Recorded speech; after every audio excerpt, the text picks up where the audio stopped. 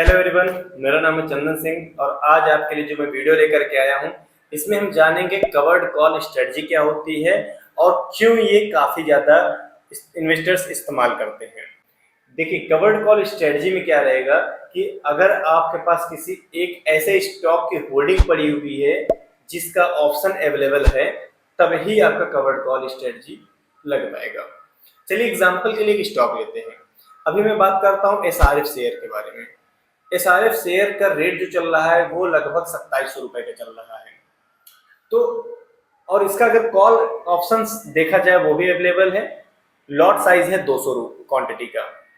तो अब इसमें कैलकुलेशन समझते हैं। मान लेते हैं 2700 का रेट है और आपके पास होल्डिंग नहीं है, तो आपको क्या करना है, 200 क्वांटिटी एसआरएफ की बाई कर लेनी है।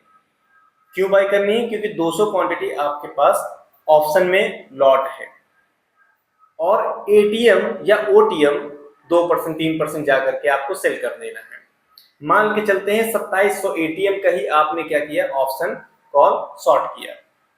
ठीक है, तो यहाँ पे आपके पास 200 क्वांटिटी ऑप्शन में शॉर्ट चल रही है, उसकी कॉल जिसका प्रीमियम है मान लेते हैं 80 रुपए का, और यहाँ पे 2700 आपके पास 2700 के रेट से 200 क्वांटिटी होल्डिंग में शेयर्स बाई हो गए हैं कैश में।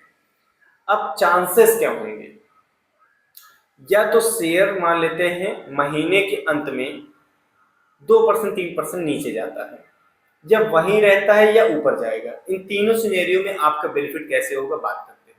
मान लेते हैं एसआरएफ का शेयर जो है नीचे आ जाता है और 2600 के रेट पे क्लोज होता है, तब आपका क्या बेनिफिट है? मान लेते हैं एसआरएफ का शेयर 50 पॉइंट नीचे आकर के क्लोज होता है महीने के अंत में, तो आपको बेनिफिट क्या रहेगा?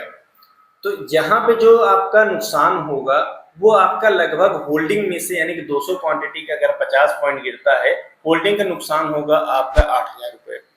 लेकिन क्योंकि महीने का ही आपने कॉल सेल किया हुआ था एटीएम का, वो एक्सपायर हो जाएगा, वो जीरो हो जाएगा और आपको जो प्रीमियम मिल जाएगा वो मिलेगा 16,000 रुपये का। नेट बेसिस पे आपको अभी भी 8,000 रुपये का क्रेडिट हुआ।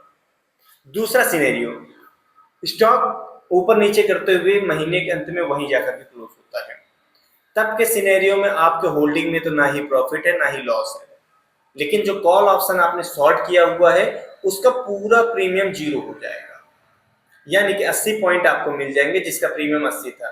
तो 80 मल्टीप्लाई बाय 200 आपका हुआ 16,000 रुपये, आपको फिर से बेनिफिट।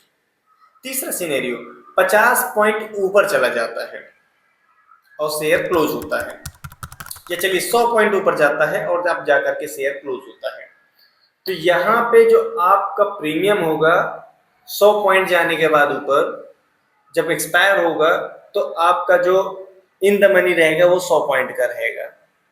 आपने 80 पे शॉर्ट किया था और 100 का प्रीमियम आपको क्रेडिट देना पड़ेगा, बाई करना पड़ेगा, तो 20 पॉइंट का आपको कॉल ऑप्शन में नुकसान होगा। तो कितना हुआ नुकसान, चलिए देख लेते हैं। यानी कि आपको जो नुकसान होगा वो 4,000 रुपए का कॉल ऑप्शन में नुकसान होगा, लेकिन आपको होल्डिंग में कितना बेनिफिट होगा? अगर 100 पॉइंट चला जाता है और 200 पॉइंट आप 200 क्वांटिटी आपके पास होल्डिंग में पड़े हुए हैं, तो आपको 20,000 रुपए का क्रेडिट होगा, यानी कि होल्डिंग आपकी शेयर बढ़ गई। तो इस तरीके से स्टॉक चाहे नीचे रहे या ऊपर रहे। अच्छा, एक सिनेरियो और है कि ऐसा दिमाग में आ रहा है कि नहीं लॉस तो होता ही नहीं, ऐसा नहीं है। आपका मान लेते हैं 2000 पॉइंट ऊपर चला जाएगा, 3000 पॉइंट भी ऊपर चला जाएगा, तो आपको नुकसान नहीं, क्योंकि आपके पास होल्डिंग पड़ी हुई है, आपको 80 पॉइंट का बेनिफिट मिल जाएगा यहाँ पे। लेकिन अगर स्टॉक की होल्डिंग गिरती जाती है तब आपका यहाँ पे नुकसान है, क्योंकि 80 पॉइंट तक गिरेगा अगर स्टॉक तो कोई दिक्कत नहीं है, सेम मंथ में आपको प्रीमियम उतना क्रेडिट हो जा रहा है, यानी 16,000 रुपए। लेकिन अगर इससे ज्यादा गिरेगा तो आपका होल्डिंग का नुकसान है। लेकिन ये उसी स्टॉक में किया जाता है जिसका विजन आप लेकर के चलते हो 2 साल 3 साल के लिए, तो साल के अंत में आपको ठीक ठाक बेनिफिट मिल जाता है कवर्ड कॉल की स्ट्रेटजी के जरिए। ऐसे कोई और भी डाउट रहता है तो आप जो है कमेंट कर सकते हैं, आपको जो है उसका जवाब मिलेगा।